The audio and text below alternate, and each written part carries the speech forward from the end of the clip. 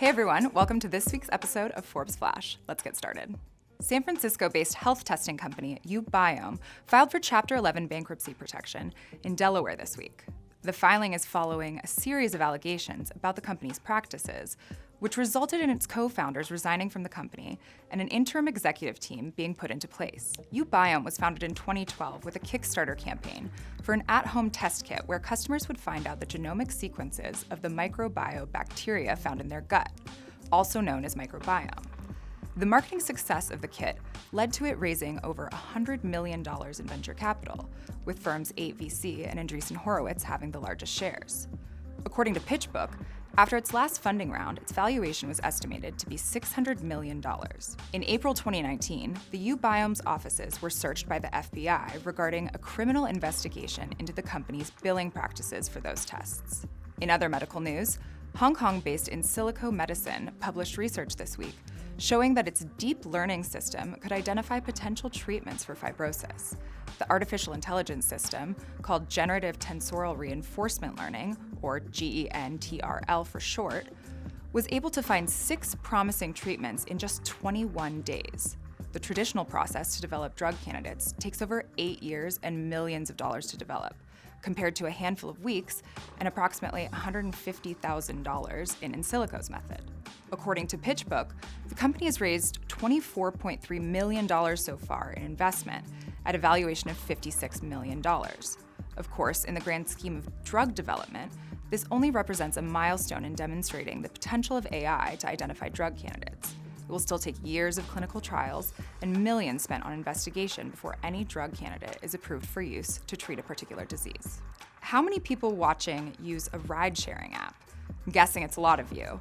Well, Uber loses 25 cents on every dollar it brings in and loses an average of $1.20 on every ride. The company is burning money so fast that it lost more in the 9 months leading up to the IPO than Amazon did in its first 7 years. In May, Uber's debut on the stock market was one of the most hyped financial events since Facebook went public in 2012. However, every business has to eventually make more money than it spends, and after 10 years in, Uber is still highly unprofitable. What's worse is its losses are growing at astronomical levels. Last year, it lost $1.8 billion, while last quarter, it lost a whopping $5 billion. But with global competition and no roadmap to profitability, the future is looking dark. More dark car news: BMW came out with a new car color, Vanta Black, or the world's blackest black. In its purest form, absorbs all light without reflecting any black. The inky black paint job, made from tiny bits of carbon, is not only incredibly expensive, but also dangerous. Safety studies show regular black cars are already more dangerous to drive, with the chances of crashing a black car at dawn and dusk are 47% higher than that of a non-black car. The BMW X6 was selected as the first vehicle to debut the color at the Frankfurt Motor Show. Speaking of, the Frankfurt Auto Show is experiencing a massive number of no-shows at this year's event, indicating the state of uncertainty globally within the auto industry. This year, about 30 manufacturers decided to skip the show altogether, accounting for about 30% of the European market by sales. One car that is revving up some engines at the Frankfurt show is the most radical Porsche in decades, the Porsche Taycan. In terms of speed, the purely electric Porsche Taycan Turbo S will hit 60 miles per hour in 2.6 seconds, comparable to a Bugatti or Ferrari.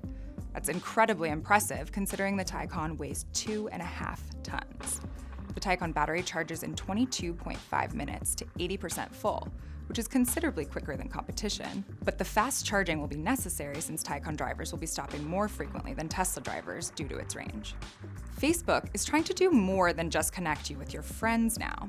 The social media giant rolled out its Facebook dating app in the US on Thursday. The free-to-use feature would suggest potential matches based on dating preferences, mutual friends, groups, and events attended on Facebook.